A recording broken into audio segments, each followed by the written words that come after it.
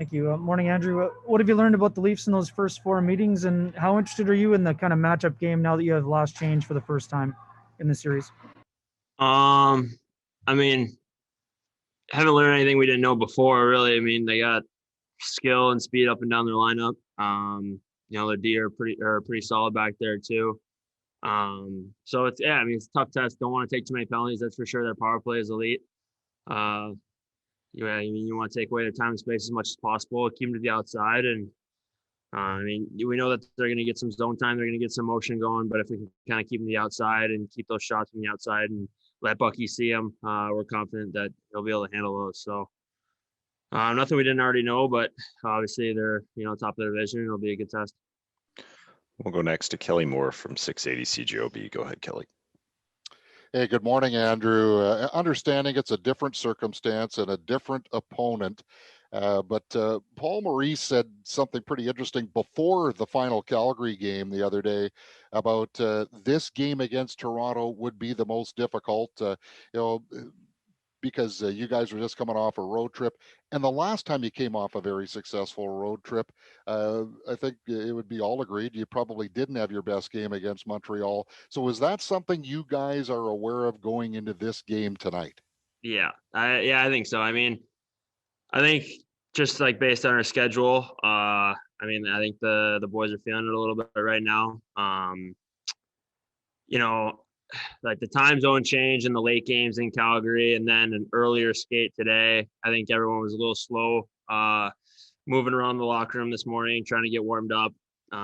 It got better as we went along. Thank God, the skate kind of like gets you back, just a sweat and kind of gets you back to neutral a little bit. So we'll be ready to go tonight. But I think the going east, the time change off of the 2-week road trip, off of back-to-back or 4 and 6 or whatever it is. Those are the circumstances that we got to be able to overcome for tonight for sure. We'll go next to Paul Friesen from the Winnipeg Sun. Go ahead, Paul. Kind of following that up a little bit, Andrew.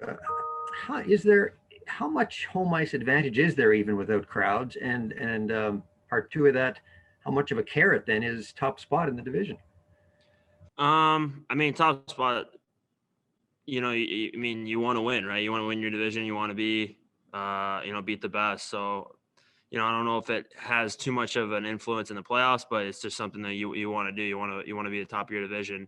Home ice, without fans as much, it's probably not as big of an advantage. Especially come playoff time. Hopefully by that point, sounds like there's some progress in that aspect that we might have some people in the stands or whatever. So, that's not for us to decide.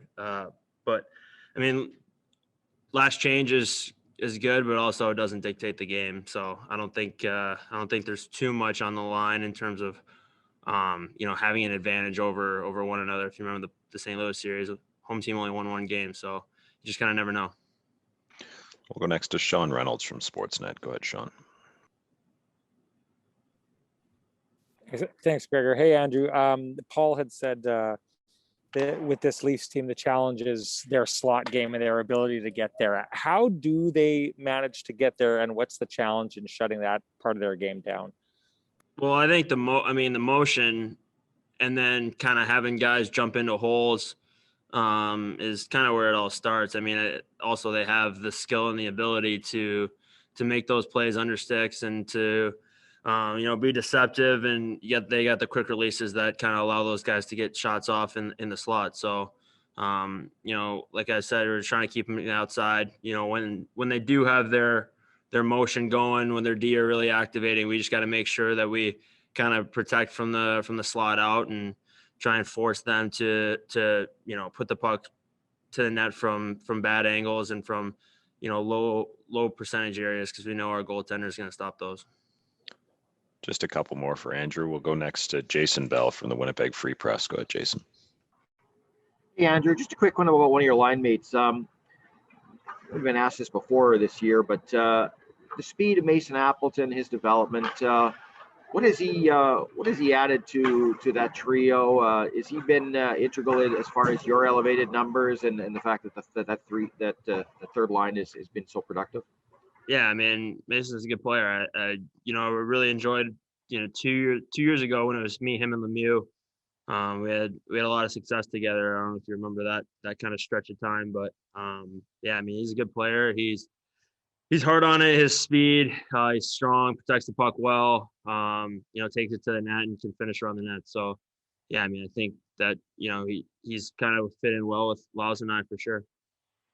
And final question to Paul Stravevsky from NHL.com. Go ahead, Paul. Good morning, Andrew. I know players try not to concern themselves with the upcoming trade deadline, and because it's out of their control, you guys try not to think about it too much. But I was wondering if this one, the one that's upcoming, feels any different to you guys, as compared to the normal trade deadlines during normal seasons, with the compressed schedule, with the way divisions are, with only playing a few selected teams, and with how much things can rapidly change. Do you feel any different? I don't feel too different. I'm sure the GMs feel a little different. They got, a few more things to weigh, especially with, at least Canada went down to a week quarantine now with testing. So they'll get their player probably more than a week quicker because they won't need as much skating time afterwards. So I think that was a big part of it. Like if we had 2 weeks and then you add another week for guys to like train to get back up to speed, and then all of a sudden there's 3 games left in the regular season, it's kind of hard to introduce a new player into the lineup. So from the GM's perspective, I think that was huge to get that only down to a week. And then these aren't things that I think about, but just thinking off the top of my head from a GM's perspective, just having the guy in as many games as possible is probably important, just so there's that cohesion and understanding of how the team plays and all that going into playoffs.